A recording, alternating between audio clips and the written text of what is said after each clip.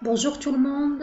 Donc dans cette séance, la séance 3, une autre forme satirique au XVIe siècle, nous allons étudier une forme fixe et ses principales caractéristiques esthétiques et formelles. Puis nous nous interrogerons sur le poète et étudierons la forme satirique du poème au XVIe siècle. Donc pour cela, nous allons étudier un poème du recueil Les Regrets de Joachim du Bellay.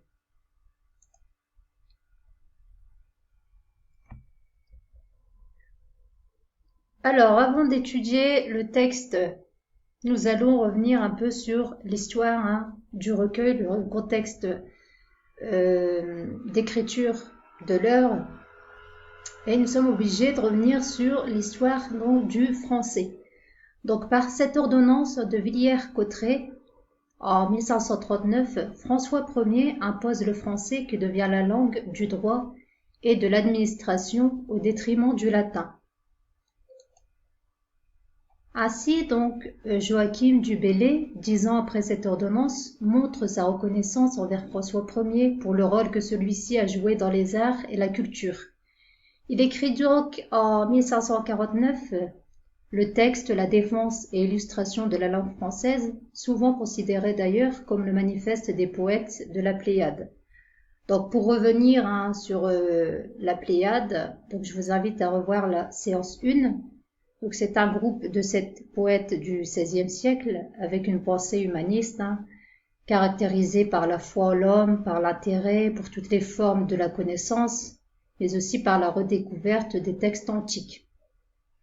Donc du Bellay ici se veut défenseur de la langue française, alors que cette période, la langue littéraire par excellence, est encore le latin. Donc ces auteurs de la Pléiade jouent le rôle de théoriciens et de lexicographes qui enrichissent la langue pour en faire une langue de référence et d'enseignement. Donc pour revenir au contexte d'écriture du recueil, donc c'est un recueil, il faut savoir que il est composé de 191 sonnets d'alexandrins, donc écrits lors de son voyage à Rome de 1553 à 1557, qu'il a très mal vécu d'ailleurs, avec son cousin le cardinal Jean du Bellay. Comme la plupart des artistes de la Renaissance, il est d'abord émerveillé par la splendeur antique de la ville et le pays d'Horace et de Pétrarque. Il compose d'ailleurs à cet effet le recueil Les Antiquités de Rome, mais du Bellay commence à s'ennuyer et regrette sa vie passée. Donc pris de nostalgie pour la France et sa vie à la campagne, il rédige quotidiennement Les Regrets, donnant naissance à un style nouveau, plein de sincérité et de franchise. Ces sonnets sont écrits comme ils viennent, sans travail érudit de composition et sans s'inspirer du modèle antique alors à la mode à cette période.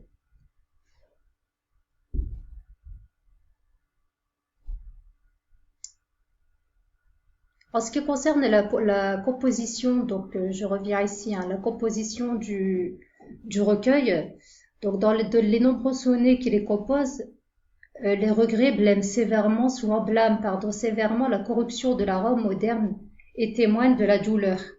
Dans ce recueil est évoqué donc dans une veine élégiaque le désarroi du poète, éloigné de sa terre natale. Suivent aussi des poèmes satiriques, qui sont la plus grande partie du livre. Ils sont d'abord dirigés contre la Rome papale, comme par exemple celui-ci, donc on va étudier juste après. Puis, après le retour à Paris, contre la cour de France, que redécouvre l'auteur désabusé. Les regrets se terminent par une trentaine de poèmes de louanges s'adressant aux amis poètes et aux grands de ce monde. Le style novateur des regrets les rend toujours accessibles à son lecteur plus de 4 siècles après, puisque aujourd'hui encore tous les élèves peuvent lire assez aisément le recueil Les Regrets comparé à d'autres recueils. Donc nous allons procéder à une première lecture avant d'analyser donc le texte. Donc du Bellay ici décrit Rome où il a accompagné son cousin cardinal. Si je monte au palais, je ne trouve qu'orgueil, que vice déguisé, qu'une cérémonie. qu'un bruit de tambourin, qu'une étrange harmonie. Et de rouges habits un superbe appareil. Si je descends en banque, un amas et recueil, de nouvelles je trouve, une usure infinie, de riches Florentins, une troupe bannie, et de pauvres Siennois à lamentable deuil. Si je vais plus avant, quelque part où j'arrive, je trouve de Vénus la grande bande lascive, dressant de tous côtés 1000 appâts amoureux. Si je passe plus outre, et de la Rome neuve, entre la vieille Rome, à donc je ne trouve que de vieux monuments, un grand monceau pierreux. Donc ici, c'est le sonnet 80. Donc à cette première lecture, vous allez répondre d'une part à différentes questions. Donc que pouvez-vous dire sur le poète et le recueil Les Regrets? Quelle forme poétique reconnaissez-vous? Et bien évidemment, vous justifiez. Donc ici, il faut prendre en considération bien évidemment la disposition du poème, le nombre de strophes, de vers, etc. Quelle structure de rime et quel type de vers sont utilisés? Je vous conseille pour cela de surligner les rimes identiques d'une même couleur et de prêter attention lors du décompte des syllabes au E dit caduc, c'est-à-dire qu'on ne prend pas en considération donc dans ce décompte, car soit il se trouve à la fin du vers ou s'il y a après une voyelle, par exemple, ou un H muet.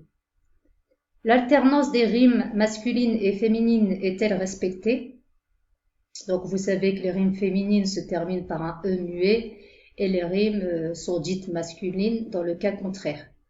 Donc je vous invite à vous aider de la fiche méthode sur la versification jointe au cours. J'y ai d'ailleurs inséré des liens vidéo pour les notions qui sont un peu plus complexes.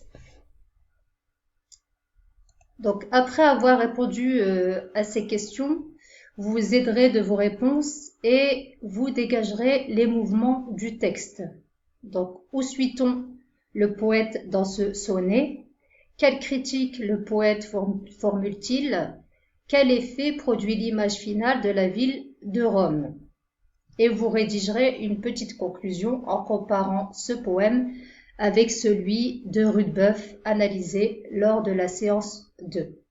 Donc pour cela, je vous conseille d'effectuer d'abord un brouillon, comme d'habitude, et je vous demanderai donc de dégager les mouvements donc seul et ensuite de rédiger, si vous le souhaitez, donc votre expression écrite, votre partie en groupe de 4 ou 5 élèves.